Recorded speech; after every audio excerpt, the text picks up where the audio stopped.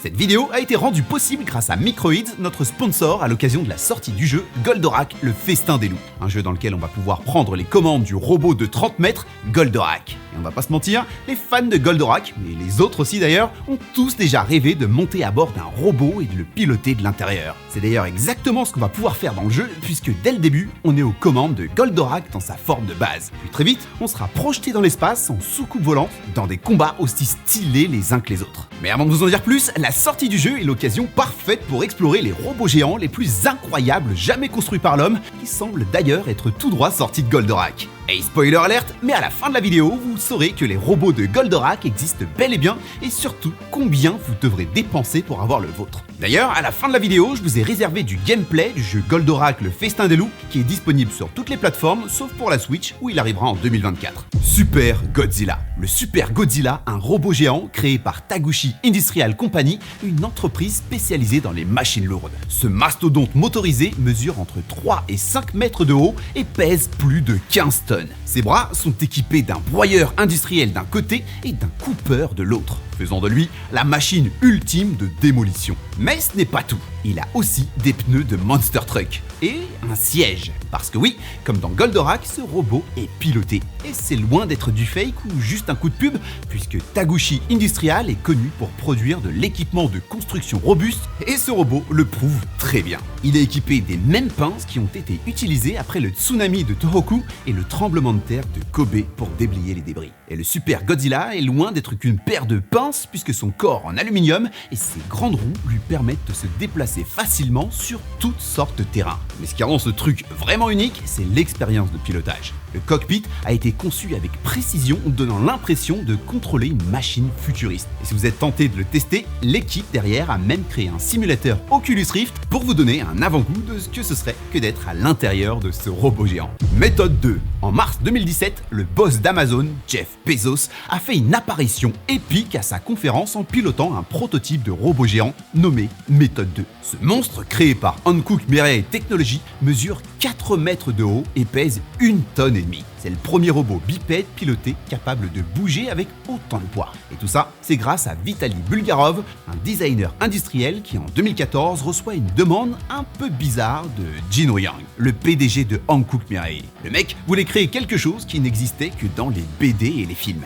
Et boum, Méthode 2 était née. Ce robot, c'est du jamais vu. Il a même un cockpit pour une personne et les mains du pilote contrôlent deux leviers mécaniques qui bougent les énormes mains en aluminium du robot. Grâce à son ingénierie super avancée, il peut soulever des objets lourds, ce qui le rend super utile dans des environnements dangereux comme dans les ruines de Fukushima où il est censé être utilisé. Même si ce robot ne semble être qu'un décor de film de science-fiction, il a plein de possibilités d'utilisation dans la réalité. Les ingénieurs de Hankook travaillent déjà sur la protection contre les radiations et les composants développés pour ce robot pourraient même être vendus séparément. Ce qui crée un beau futur pour ce robot qui nous donne vraiment l'impression d'être dans Goldorak chaque fois qu'on le voit en public. Wired Mech. Et maintenant, parlons d'une prouesse technique incroyable qui dépasse tout ce qu'on a vu jusqu'ici. Un robot de presque 3 mètres de haut. Ce monstre de technologie est capable de reproduire avec une précision incroyable les mouvements de son pilote, et ce, sans utiliser le moindre moteur ou système hydraulique. Imaginez un peu, vous bougez le poing et ce robot de plusieurs tonnes reproduit exactement votre geste, ce qui donne l'impression de ne faire qu'un avec ce robot géant.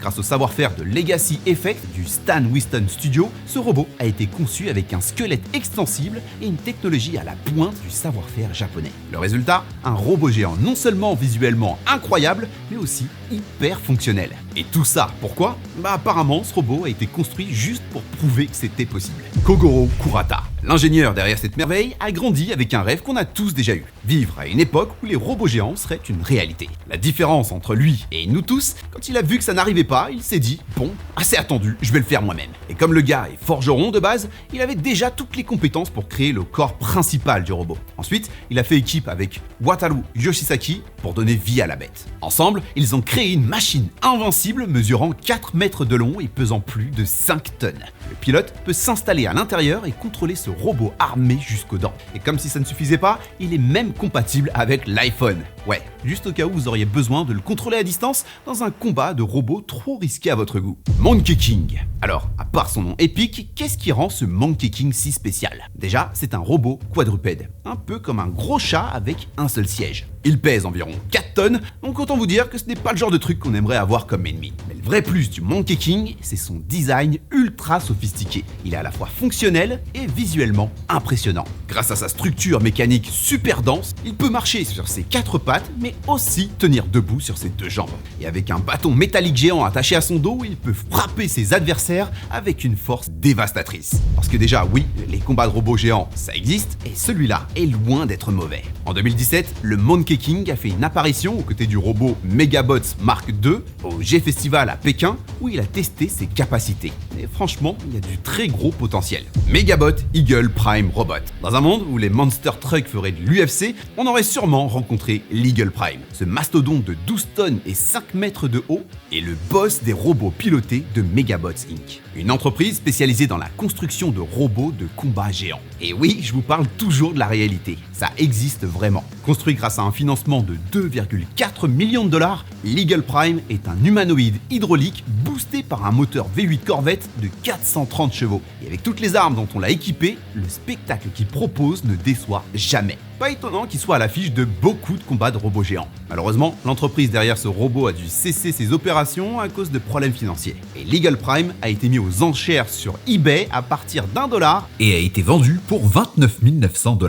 MW Mononofu, un robot tout droit sorti du monde des animés. Le Mononofu est le plus grand robot inspiré des animés au monde dans lequel on peut monter et le contrôler. Pourquoi est-ce qu'il a été créé? Quand il était petit, Masaki Nagumo rêvait de grimper dans son propre Gundam. Et devinez quoi? Adulte, il a réalisé ce rêve en créant un robot géant. Un colosse métallique de 8 mètres et demi de haut et pesant 7 tonnes. Comparé à Goldorak et ses 30 mètres, ça semble petit, mais croyez-moi, dans la réalité, 8 mètres et demi, c'est énorme. À titre de comparaison, le Gundam construit au Japon mesure 18 mètres de hauteur. Sauf qu'à la différence du Mononofu, il ne se déplace pas mais effectue seulement des mouvements sur place. Le Mononofu a pris 6 ans à son ingénieur pour être construit. Et il a tout fait tout seul, de la programmation informatique à l'assemblage en passant par la peinture. Il peut bouger ses bras et ses doigts, tourner son torse et marcher en avant et en arrière à une vitesse vertigineuse de 1 km/h.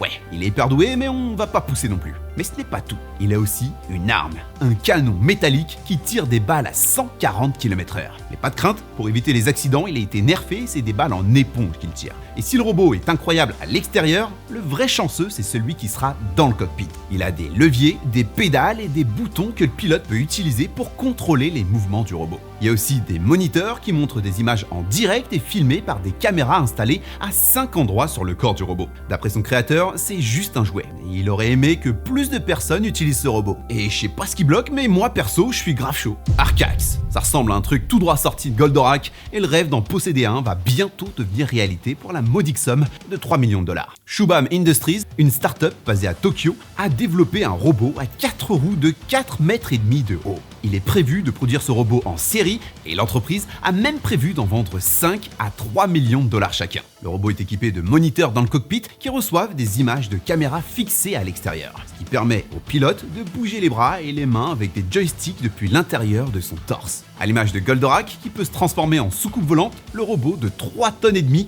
a 2 modes, le mode robot debout et un mode véhicule dans lequel il peut se déplacer jusqu'à 10 km/h. Celui qui l'a créé pense que ces machines pourraient être vendues comme jouets pour les fans de robots fortunés et il espère qu'elles pourraient un jour être utilisées pour le secours en cas de catastrophe ou même dans l'industrie spatiale. Clairement, il pense à Elon Musk en disant ça. Et c'est vrai qu'il y a de fortes chances qu'il soit intéressé. En tout cas, en attendant de pouvoir économiser 3 millions de dollars, le premier vrai jeu de Goldorak est enfin disponible. Et on va pouvoir prendre les commandes du robot géant. D'ailleurs, dès le début du jeu, on y est, et ce qui va vraiment faire plaisir aux fans, c'est que le jeu a très bien réussi à rester fidèle à l'univers de Goldorak. Avec les musiques par exemple, mais aussi toutes les attaques de Goldorak qu'on pourra retrouver, et d'ailleurs, c'est au fur et à mesure de l'avancement du jeu qu'on va pouvoir les débloquer. Comme je le disais, dès le début du jeu, on prend les commandes de Goldorak, et là, même si c'est un beat them all, il faudra pas juste appuyer comme un bourrin sur tous les boutons. Vous devrez maîtriser les mouvements, les attaques spéciales, et même les transformations de Goldorak, puisque chaque ennemi a ses faiblesses, et chaque faiblesse va nous amener à découvrir et utiliser une attaque spéciale de Goldorak. Autre chose que j'ai beaucoup aimé dans le jeu, c'est les différents environnements dans lesquels on va pouvoir évoluer, ce qui va nous faire partir de la Terre